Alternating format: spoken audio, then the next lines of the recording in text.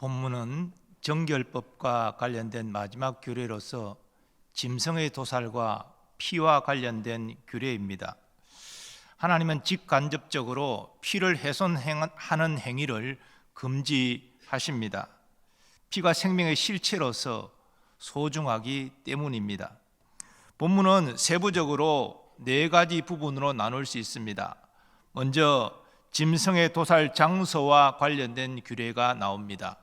또 제사 장소를 제한하는 규례가 나오고 피의 식용을 금지하는 규례가 나오며 죽은 짐승의 고기를 먹었을 때 정결케 되는 규례를 증거합니다. 먼저 3절부터 7절까지 짐승의 도살 장소를 엄격히 구분하는 여호와의 명령이 증거됩니다. 이스라엘 집의 모든 사람이 소나 어린 양이나 염소를 진영 안에서 잡든지 진영 밖에서 잡든지 먼저 회막문으로 끌고 가서 여호와의 성막 앞에서 여호와께 예물로 드리지 아니하는 자는 피 흘린 자로 여길 것이라. 그가 피를 흘렸은즉 자기 백성 중에서 끊어지리라. 이 말씀에 보면 짐승을 진영 안에서 잡든지 진영 바깥에서 잡든지라는 표현이 나오는데, 어떤 주석가는 진영 안에서 잡는 것은 제사 드리기 위하여 도살하는 것이고 진영 바깥에서 잡는 것은 식용으로 짐승을 도살하는 것이다, 이렇게 설명합니다. 그런 설명도 가능하리라고 봅니다. 그러나 제가 볼 때는 이 문장을 그대로 받아들이고 진영 안에서든지 진영 바깥에서 짐승을 잡으려고 하는 경우는 딱 2가지 경우밖에 없습니다. 하나는 하나님께 제사 드리기 위하여 잡는 것이고, 또 하나는 잡아 식용으로 먹기 위한 것입니다. 그런데 오늘 본문은 그럴 경우에 진영 바깥에서나 진영 안에서나 직접 도살하지 말고 그 짐승을 끌고 회막문으로 오라고 말하고 있습니다. 이것은 죽은 짐승을 끌고 오는 것이 아니죠. 살아있는 짐승을 끌고 오는 것입니다. 그리고 여호와의 성막 앞에서 여호와께 예물을 드리라, 이렇게 말하는데, 이것은 여호와의 성막 앞, 즉 성막 뜰에서 짐승을 잡아 여호와께 예물로 드리라, 곧 제사하라라는 의미입니다. 이것은 제사용이든 식용용이든 마찬가지 규례가 적용이 됩니다. 만일 그렇지 않고 다른 곳에서 짐승을 잡게 되면 피 흘린 자로 여겨서 이스라엘 자손 중에서 끊어지게 된다라고 말씀하십니다. 이스라엘 자손 중에서 끊어진다는 말은 이스라엘 자손 공동체에서 축출되는 것을 의미합니다. 지금 광야의 행진 중에 있습니다. 그 무리 중에서 내쫓기게 되면 홀로 광야에서 살 수가 없습니다. 이것은 죽는다는 것을 의미합니다. 율법이 주어지기 전에는 여호와께 드릴 제사를 드릴 성막이 없었죠. 그래서 사람들이 여호와께 제사를 드리려 그러면 임의로 제물을 잡아서 하나님께 제물을 드렸습니다. 대표적인 경우가 아브라함의 경우죠. 아브라함은 자기가 단을 쌓는 곳에서 하나님께 제사를 드렸는데 바로 그곳에서 짐승을 잡아서 하나님께 제사를 드렸습니다. 또 이스라엘 자손이 애굽에 있을 때에도 여호와를 경외하는 자들이 여호와께 제사를 드리고자 할 때는 임의로 제물을 도살하고 그 고기를 또 그 기름을 태워서 하나님께 향기로운 냄새로 올려드렸을 것입니다. 그러나 율법이 주어진 이후에서는 아무 데서나 짐승을 잡아 제사 드릴 수 없습니다.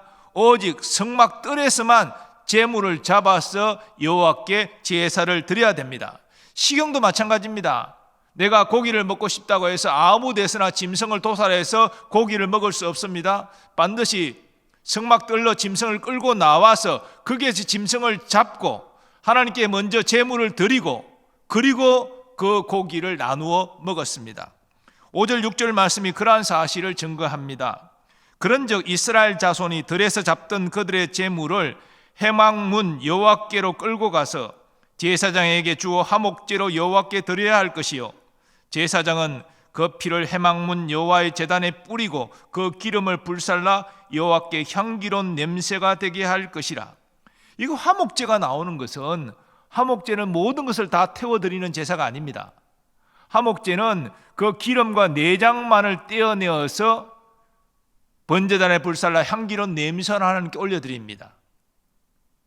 그리고 고기의 일부는 제사장 몫으로 주어지고 나머지 고기 전부는 화목 제사를 드린 사람에게 주어져서 그 사람이 이웃과 함께 나누어 먹을 수 있었습니다. 이스라엘 자손이 식용으로서 짐승을 잡으려고 할 때에도 이렇게 여호와 앞 회막 뜰에서 짐승을 도살하고 먼저 하나님께 제사를 드린 이후에 그 고기를 내어서 나누어 먹을 수 있었다는 것입니다. 그리고 7절 말씀은 오직 여호와 하나님께만 제사해야 함을 강조합니다. 하나님이 정하신 곳에서 제물을 잡을 뿐 아니라 하나님께만 제사를 드려야 된다는 것이죠. 그들은 전에 음란하게 섬기던 순념소에게 다시 제사하지 말 것이니라. 이는 그들이 대대로 지킬 영원한 규례니라. 여기 왜 순념소가 나옵니까? 이스라엘 자손이 출애굽하기 전에 애굽에 있을 때 바로 순념소 형상의 판신을 섬겼기 때문입니다. 이스라엘 자손이 애굽에 살면서 일부가 애굽인들에게 동화되어서 애굽인이 섬기는 이 판신, 순념소 모양의 신을 엄란히 섬겼던 것이지요. 그러나 이제 출애굽한 이후에 시내산에서 여호와와 언약을 맺어 하나님의 거룩한 백성이 된 이스라엘 자손은 이전처럼 그렇게 판신을 섬겨서는 안 된다는 것입니다. 이것이 영원히 지킬 규례라고 하나님은 말씀하십니다. 그런데 이 규례는 3절의 진영이라는 말, 앞에서도 제가 잠깐 언급을 했습니다만 이 진영이라는 말을 통해서 이스라엘이 광야 생활을 할 때에 적용되는 규례임을 깨닫게 됩니다. 이스라엘 자손이 특별히 식용으로서 짐승을 도살할 때에는 바로 광야 생활 중에 임의로 도살할 수 없고 성막으로 가서 성막들에서 짐승을 도살하여 먼저 하나님께 화목제로 드린 이후에 그 고기를 내어서 이웃과 함께 나누어 먹었다는 의미입니다. 그러나 이스라엘 자손이 가나안 땅에 정착한 이후에는 제사와 식용을 위한 도살이 구분되었습니다. 이것을 모세는 이제 가나안 땅에 들어가야 될 출애굽 2세대 이스라엘 자손에게 이렇게 하나님의 명령을 전합니다. 네 하나님 여호와께서 내게 주신 복을 따라 각 성에서 내 마음에 원하는 대로 가축을 잡아 그 고기를 먹을 수 있나니 곧 정한 자나 부정한 자를 막론하고 노루나 사슴을 먹는 것 같이 먹으려니와. 광야 생활할 때는 임의로 짐승을 잡을 수 없습니다. 그러나 가나안 땅에 정착한 이후에는 각 성에서 임의로 자기가 원하는 대로 짐승을 잡아서 식용으로 먹을 수 있었습니다. 이것은 가나안 땅이 워낙 넓지 않습니까? 그런데 이 중앙 성소, 하나님이 임재하시는 곳까지 사람이 식용을 위하여 제물을 끌고 가서 화목제로 드리고 거기서 고기를 나눠 먹고 또 먼 길을 돌아온다. 이걸 매번 반복한다. 이건 너무나 번거로운 일이고 또 실질적으로 불가능한 일이기 때문에 하나님께서 각 성에서 필요한 대로 짐승을 도살해서 식용으로 먹을 수 있도록 허락하여 주신 것입니다. 그리고 8절 9절은 제사 장소에 대하여 강조하는 말씀입니다. 너는 또 그들에게 이르라. 이스라엘 집 사람이나 혹은 그들 중에 거류하는 거류민이 번제나 제물을 드리되 회막 문으로 가져다가 여호와께 드리지 아니하면 그는 백성 중에서 끊어지리라. 하나님은 이스라엘 자손이나 이스라엘 자손 중에 거류하는 이방인이나 똑같이 하나님께 제사를 드릴 때에는 반드시 하나님이 정하신 곳에서 드려야 된다라고 말씀하고 있습니다. 이것은 광야 행진하는 중에는 성막이 제사하는 장소가 될 것입니다. 가나안 땅에 정착한 이후에는 하나님이 지정하신 중앙성소가 제사 드릴 장소가 됩니다. 이스라엘 역사에 보면 처음에는 실로가 중앙성소였습니다. 그러나 솔로몬이 성전을 지은 이후에는 예루살렘이 중앙성소가 되었죠. 유대인 이스라엘 자손이든 이방인이든 하나님께 제사를 드리고 예물을 드리려면 반드시 중앙성소로 와서 제사를 드리고 예물을 드려야 된다는 것입니다. 시경에 짐승을 임의로 도살하는 것 같이 각 성에서 자기 임의로 하나님께 제사 드릴 수 없다는 것입니다. 하나님께 제사 드리는 것만큼은 반드시 중앙성소로 와서 드리라, 그렇게 명하십니다.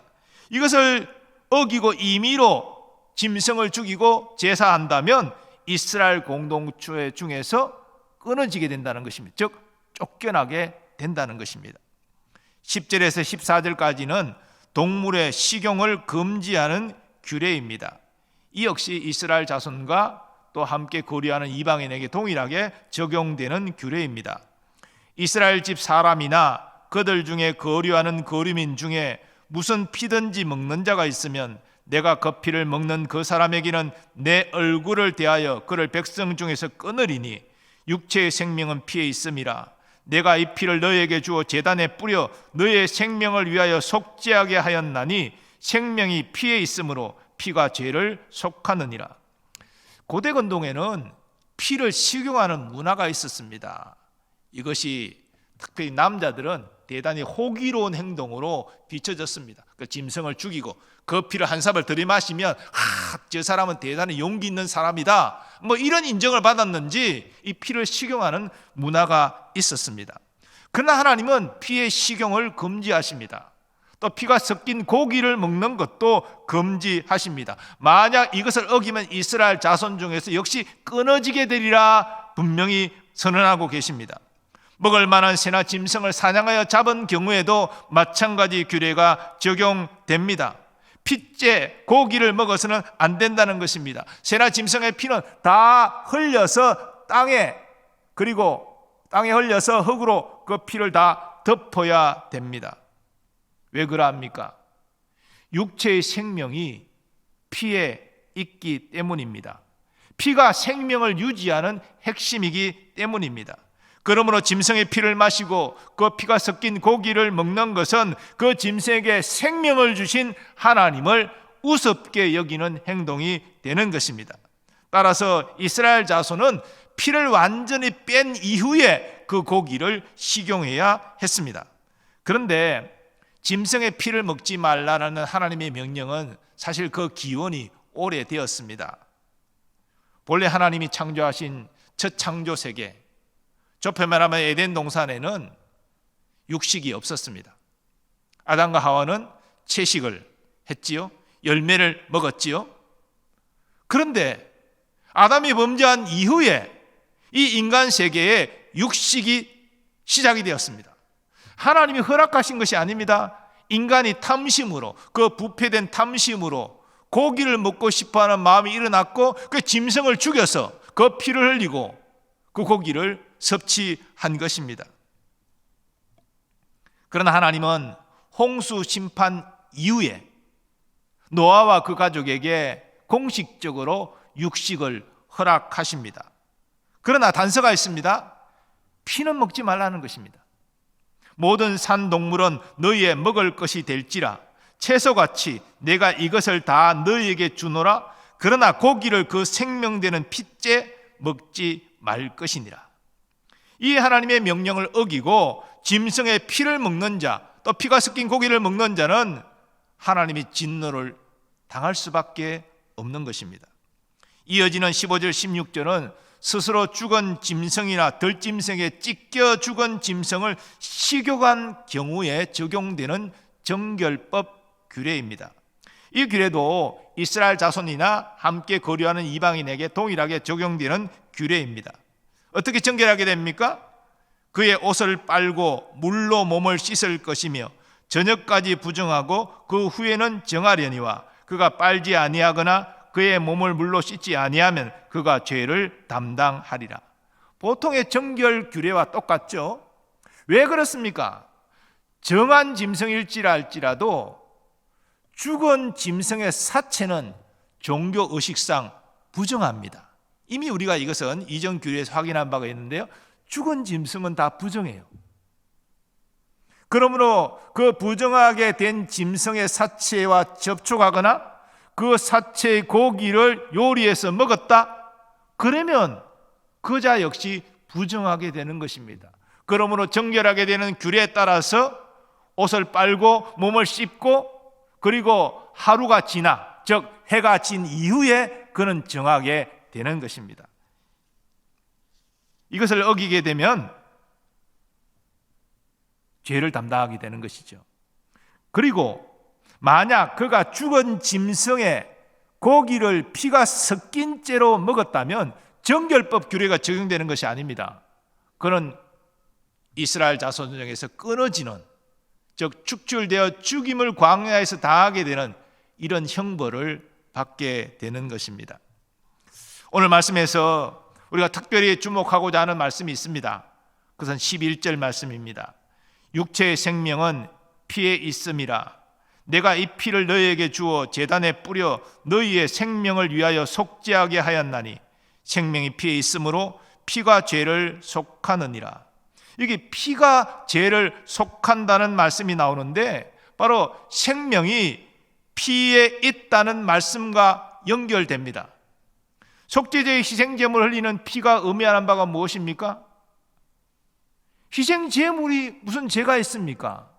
그러나 속죄제의 희생제물은 그 속죄제를 드리는 자가 안수하여 그 죄를 고백할 때 그 죄를 다 증거받았습니다. 자, 죄를 뒤집어 쓴 이 짐승은 바로 자신의 생명을 희생하여 그 죄를 속하게 되는 것이지요. 이게 속죄의 원리입니다. 죄는 사람이 지었는데 이 짐승이 그 죄를 증거받아서 사람 대신에 그가 하나님의 공의의 심판을 받아 죽임을 당하는 것이지요. 그 흘린 피는 바로 그의 생명이 희생되었음을 상징하는 것입니다. 죄값으로 그 생명이 희생되었기 때문에 이제는 하나님의 공의가 만족되었죠. 그러니까 이 속죄제를 드린 자가 하나님께 죄 용서를 받게 되는 것입니다. 신약으로 넘어와 사도 바울은 죄의 결과가 사망이라 그렇게 말합니다. 하나님께서 범죄한 자에게 생명을 요구하신다는 것입니다. 그것이 하나님의 심판이라는 것입니다. 레위기 속죄제는 죄인의 죄가 전가된 짐승이 하나님의 심판을 받아 죽임을 당함으로 그 죄를 속하는 속죄의 원리를 잘 보여줍니다. 그런데 여러분, 짐승으로 드리는 이 속죄제는 불완전한 것이죠.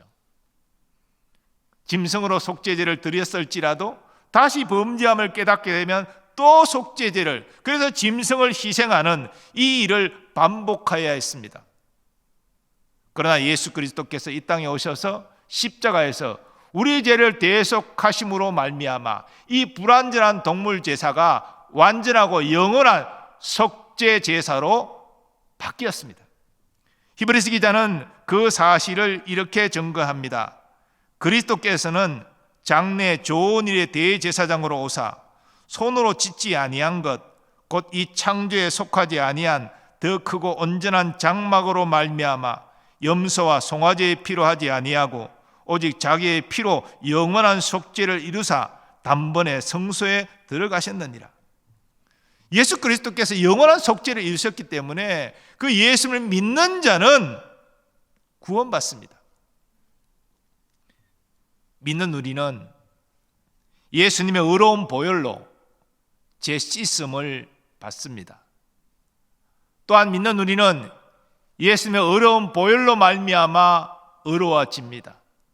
예수님께서 율법을 지켜서 이루신 하나님의 의가 믿는 우리에게 전가됨으로 말미암아 우리가 하나님 앞에 의로운 자로 서게 되는 것이지요.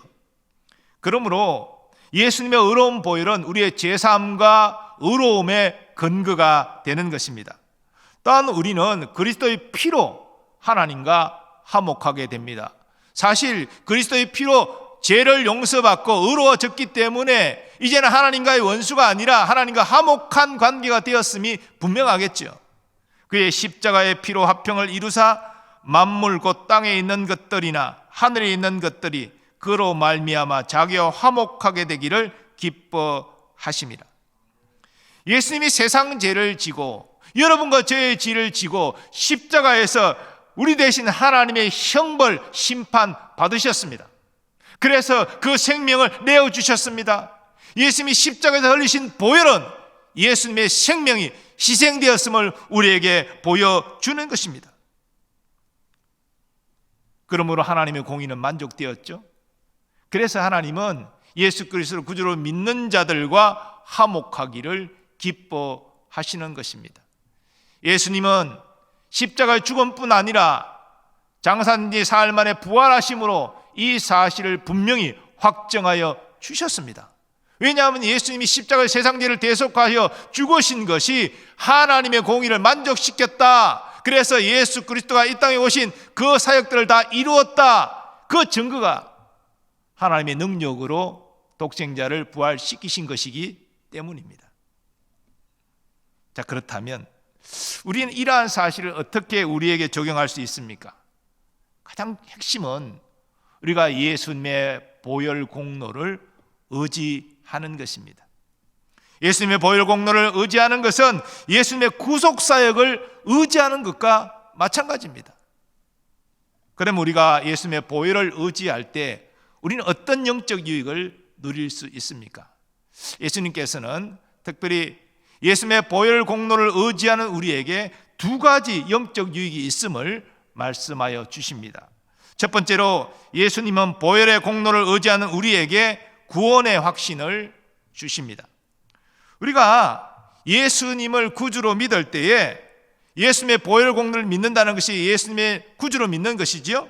그럴 때 십자가의 대속의 효력이 우리에게 적용이 됩니다. 예수님이 온 세상 죄를 위하여 죽으셨으나 자동적으로 모든 사람에게 구속의 효력, 대속의 효력이 적용되는 건 아닙니다. 오직 믿는 자에게만 적용이 되죠. 그래서 우리 장로 교리 중에 이 제한적 속죄라는 교리가 있는 거예요. 모든 사람에게 자동적으로 십자가의 구속의 효력이 적용되는 것이 아니라 오직 믿는 자에게만 적용된다. 그런 의미에서 제한적입니다. 예수님이 우리의 죄값을 담당하여 하나님의 공의를 만족시켰기 때문에 우리는 하나님의 정죄 심판 받을 일이 없게 되는 것이죠. 죄 용서를 받은 것입니다. 또 우리는 예수 그리스도를 믿을 때 그리스도의 의로움을 전가받아 의롭게 되었습니다. 하나님은 그리스도의 의의 옷을 입은 우리를 보시는 거예요. 우리는 여전히 더럽고 추한 모습들이 있지만 그리스도의 의로 옷 입은 우리를 보시고 너는 의로운 자라 인정하여 주십니다. 이것이 이신칭의입니다. 성경은 이런 모든 영적 결과가 믿는 우리에게 일어났다라고 선언합니다. 우리가 예수님의 보혈로 인해서 죄씻음과 의롭게 됨을 얻어 구원받게 된 것입니다. 그래서 사도 바울은 로마에 있는 성도들에게 이렇게 증거했습니다. 그러면 이제 우리가 그의 피로 말미암아 의롭다 하심을 받았으니 더 그로 말미암아 진노하심에서 구원을 받을 것이니 곧 우리가 원수 되었을 때에 그의 아들의 죽으심으로 말미암아 하나님과 화목하게 되었은즉 화목하게 된 자로서는 더욱 그의 살아나심으로 말미암아 구원을 받을 것이니라. 여러분, 예수님의 십자가 죽음으로 우리가 제사함과 의롭게 됨을 얻었습니다. 그런데 예수님의 부활로 말미암아 그 구원은 더욱더 분명하게 확정되었다는 것입니다. 사도 바울은 그 사실을 지금 선포하고 있는 것입니다. 그러므로 예수님을 구주로 믿어 그리스도 안에 우리는 죄인이 아니라 의인입니다. 제가 성도들에게 집사님은 예수님 안에서 의인입니까? 이렇게 물으면 아멘 이렇게 곧바로 나오는 경우가 많지 않아요. 분명히 예수 그리스도로 말미암아 죄 씻음 받고 그리스도 의를 전가받아 의로운 자가 되었음에도 하나님 우리를 의인이라 인정해 주셨음에도 그 순간마다 자신의 죄된 모습을 자꾸 생각하기 때문에 그리스도 안에서 의인이라고 자신 있게 말하는 것이 부담스럽다는 것입니다. 이거 칭의를 몰라서 그래요. 우리의 구원은 우리가 스스로 의로워지는 것이 아닙니다. 의롭다고 인정을 받는 것입니다. 왜? 그리스도의 의로 옷 입었기 때문에, 그리스도의 의가 우리에게 증가되었기 때문에 하나님이 그 의를 보시고 의롭다 인정해 주시는 것이지 우리가 의인이 되는 것이 아니죠. 우리 스스로 의인이 되는 것이 아닙니다. 근데 우리는 우리의 도덕적인 모습을 자꾸 보는 거거든요. 우리의 불순종하는 모습을 계속 보는 것이거든요. 그러니까 감히 내가 의인이라 어떻게 가면 말할 수 있느냐? 여러분, 우리는 죄인이 아니라 의인이 되었습니다. 하나님 그렇게 우리를 간주해 주신다니까요.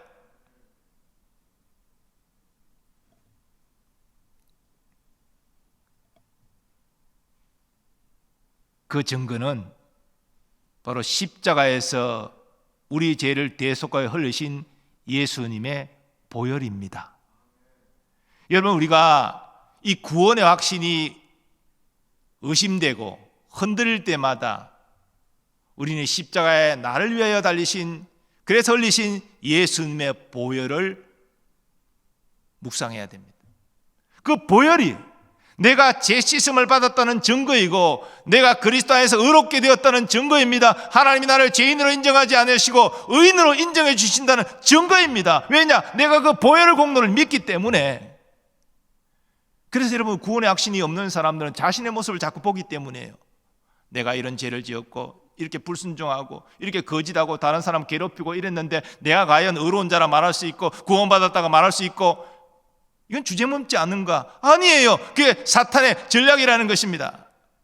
우리 자신을 볼 때는요, 구원의 확신을 할 수 없어요. 예수 그리스도의 보혈 공로를 의지하시기 바랍니다. 나를 위해 흘리신 주님의 보혈 안에 나의 죄 씻음과 나의 의롭게 됨과 하나님과 화목하게 된 이 모든 사실이 다 들어있는 것이죠. 그 보혈을 의지할 때에 우리는 구원을 확신할 수 있는 것입니다. 예수님이 나를 위하여, 여러분을 위하여 흘리신 그 보혈의 능력이 시간이 지났다고 희미해지는 것입니까? 사라지는 것입니까? 아닙니다. 영원한 속죄를 이루셨다고 말씀하고 있습니다. 연약한 짐승의 피가 아닙니다. 흠 없는 자신의 몸을 내어주신 그 의로운 보혈입니다. 그래서 하나님의 공의가 만족되었고 나는 죄 씻음과 의롭게 됨을 얻은 것이죠. 구원받은 것이죠. 이 사실을 확신하는 여러분 되시기 바랍니다. 예수는 우리가 예수님의 보혈 공로를 의지하여 구원을 확신하기를 원하십니다. 나는 저를 위하여 아버지의 저주를 받는 이 고통까지 다 감당하면서 나의 생명을 내어 주었건만 저들은, 그리스도 안에 있는 저들의 구원을 확신하지 못하는구나. 얼마나 안타까우시겠습니까? 구원을 확신하는 것은 주제넘은 일이 아닙니다. 보혈 공로를 의지하는 우리에게 당연한 권리입니다. 사탄은 그것을 계속 가로막는 것이지요. 우리 자신의 모습을 계속 보게 하면서 너는 구원받은 자가 아니고 아직도 부족해, 부족하다고 자꾸 말합니다. 우리의 의로운 행위로 구원받으려면 부족하죠. 하지만 우리의 의로운 행위로 구원받는 것이 아닙니다. 예수님의 의로운 행위로 구원받는 것이고 예수님의 십자가를 흘리신 보혈의 공로로 구원받는 것입니다. 예수님을 바라보시고 구원을 확신하시기 바랍니다. 제가 부산에 있을 때, 여기도 그렇습니다만은 이제 나이가 드시고 또 이제 중환병에 걸려서 이제 이 땅에 살아갈 날이 많이 남지 않은 분들을 신방을 하면 그 얘기 꼭 합니다. 집사님, 천국에 가실 텐데 천국 문 앞에서 이런 질문을 받으실 거예요. 물론 가정입니다. 너는 무슨 자격으로 천국에 들어가려고 하느냐?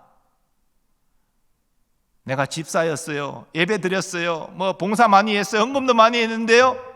그런 얘기 하시면 안 됩니다. 나는 예수님을 믿습니다. 그 한마디면 족합니다. 예수님을 붙드세요. 예수님을 말씀하세요. 예수님의 보혈의 공로를 의지하세요. 그럼 넉넉히 천국 들어갈 것입니다. 우리 입술에 다른 말이 필요 없습니다. 예수 믿는 자로서 이곳에 왔다라고 그 예수의 공로를 내가 믿노라, 그 보혈을 내가 의지하노라, 우리가 나올 대답이 그것이어야 됩니다. 그런 믿음이 있는 사람은 구원을 확신하는 것이죠. 예수 보혈 공로 안에 우리의 구원의 모든 근거가 있음을 깨닫고 그리스도 안에 있는 우리가 구원받았음을 그 누구도 그 무엇도 우리를 그리스도 안에 있는 하나님의 사랑에서 끊을 수 없다는 사실을 확신하는 여러분 되시기를 축원합니다. 두 번째로 예수님은 보혈의 공로를 의지하는 우리에게 사죄의 확신을 주십니다. 이건 구원의 문제는 아니죠. 하나님과의 관계의 문제입니다. 우리가 예수 믿고 구원받아도 완전하지 않기 때문에 범죄하지 않습니까? 그래서 우리는 사실은 매일 범죄하죠. 그런데 이 범죄한 이 상태로 그대로 있으면 점점 하나님과의 관계가 막히게 됩니다. 하나님과의 관계가 막히면 예배를 드려도 기쁨이 없어요. 찬양을 해도 마음에 감동이 없어요. 기도를 하는데 하나님의 응답이 없습니다. 성경을 읽어도 무미건조하고 은혜가 안 돼요. 왜? 하나님과의 나의 관계가 막혔기 때문에, 내게 성령의 역사가 느껴지지 못하기 때문에. 이럴 경우에 어떻게 해야 됩니까? 딱 유일한 길은 회개하는 것이죠. 우리가 진실로 회개하면 하나님과의 막힌 관계가 뚫립니다. 다시 예배의 은혜가 회복됩니다. 찬양의 기쁨이 있습니다. 기도하면 하나님의 친밀함이 느껴지고 하나님의 응답이 임합니다. 말씀의 꿀송이처럼 단 경험을 하게 됩니다. 회개할 때 이 모든 하나님과의 관계가 회복되는 것이죠. 그런데 하나님이 원하시는 것은 진실한 회개입니다. 왜냐하면 우리가 회개가 너무나 습관적이고 그래서 형식적으로 행해지는 경향들이 있기 때문이죠. 그럼 진실한 회개는 어떤 내용들이 있습니까? 먼저 나의 사랑하는 아버지 하나님께 내가 범죄하여 아버지의 마음을 아프게 드렸다는 사실에 대해 애통하는 마음이 있어야 됩니다. 하나님은 나를 사랑하셔서, 아니 나 같은 죄인을 사랑하셔서 독생자를 내어주시기까지 하셨는데, 그런 은혜와 사랑을 받은 내가 또 아버지의 마음을 아프게 했다, 또 배신을 때렸다, 이건 너무 죄송하다. 여러분, 이런 마음을 갖는 것이 마땅한 것 아니겠습니까? 부모를 존경하는 자식은요, 부모의 명예에 흠이 되는 일을 했을 때 굉장히 죄송하고 마음 아파하는 것이 당연한 것 아니겠습니까? 부모의 명예를 훼손시키는 일을 했는데도 나 모른 채 한다면 그게 제대로 된 자식이겠습니까? 하나님과 우리의 관계도 마찬가지지요. 나의 죄됨이 원수의 그런 어떤 핑계거리가 되고 회방거리가 되어서 하나님 영광을 가리게 된다는 사실을 깨달을 때 너무나 송구한 거예요. 너무나 죄송한 거예요. 그래서 마음이 아픈 거예요. 이게 애통하는 마음이죠. 회개는 애통하는 마음이 있어야 됩니다. 두 번째 회개의 진실한 내용은 정직하게 우리의 죄를 하나님 앞에 자복하고 하나님의 용서를 구하는 것입니다. 하나님, 제가 이런 죄를 지었습니다. 나 같은 자도 하나님 용서하여 주옵소서. 다시 한번 회복의 기회를 주시옵소서. 우리 그렇게 정직하게 죄를 고백하고 하나님의 용서를 구해야 됩니다. 그리고 마지막으로는 죄된 삶에서 돌이키는 결단이 있어야 됩니다. 죄를 계속 지으면서 용서해달라고 말한다면 그게 진정한 회개입니까? 돌이켜야 됩니다. 하나님이 원치 않는 삶에서 돌이켜야지 그것이 진정한 회개지요. 이렇게 정직하게 진실로 회개하면 하나님 우리 죄를 용서하십니다. 뿐만 아니라 우리가 지은 죄를 기억치 아니하십니다. 여러분, 우리의 지은 죄를 기억치 아니하신 게 중요해요. 이게 하나님의 용서예요. 사람은 용서했다라고 말하고도 기억합니다. 그래서 시간이 지나서 또 비슷한 일이 반복되면 옛날 일을 끄집어내서 우리를 공격합니다. 그게 사람의 연약함이에요. 그러나 하나님은 기억치 아니하시면 옛날 일을 끄집어내시지 않으세요. 진실로 회개함으로 죄 용서받고 기억치 아니하시는 하나님의 은혜를 입는 우리가 되기를 소원합니다. 사랑하는 여러분, 말씀드린 대로 예수님이 십자가에서 흘리신 보혈은 우리의 구원과 죄사함의 근거입니다. 우리는 예수님의 보혈로 죄를 씻었습니다. 예수님의 보혈로 의롭게 되었습니다. 하나님과 화목하게 되었습니다. 이 사실을 확신하는 여러분 되시기를 바랍니다. 이 사실을 확신할 때 우리 예수님의 보혈의 능력을 찬양할 수밖에 없는 것이죠. 성경에 보혈 찬양이 많이 소개되는데요. 왜 그렇습니까? 믿음의 많은 사람들이 이 보혈 찬양을 통하여 그의 고통받는 그 죄를 다 씻음받고 하나님과 관계를 회복하고 영적으로 다시 한번 일어나는 은혜를 경험했기 때문에 이 보혈의 능력을 찬양하는 것입니다. 268장 후렴에 이런 가사가 있습니다. 주의 보혈 능력 있도다. 주의 피 믿어. 주의 보혈, 그 어린 양의 매우 귀중한 피로다. 이 주의 보혈이 우리의 제사함과 의롭게 됨에, 우리의 하나님과의 화목해 됨에 근거기 때문에 이 보혈을 찬양하는 것이죠. 우리 잘 아는 찬양이지만 후렴만 한번 찬양해 보겠습니다.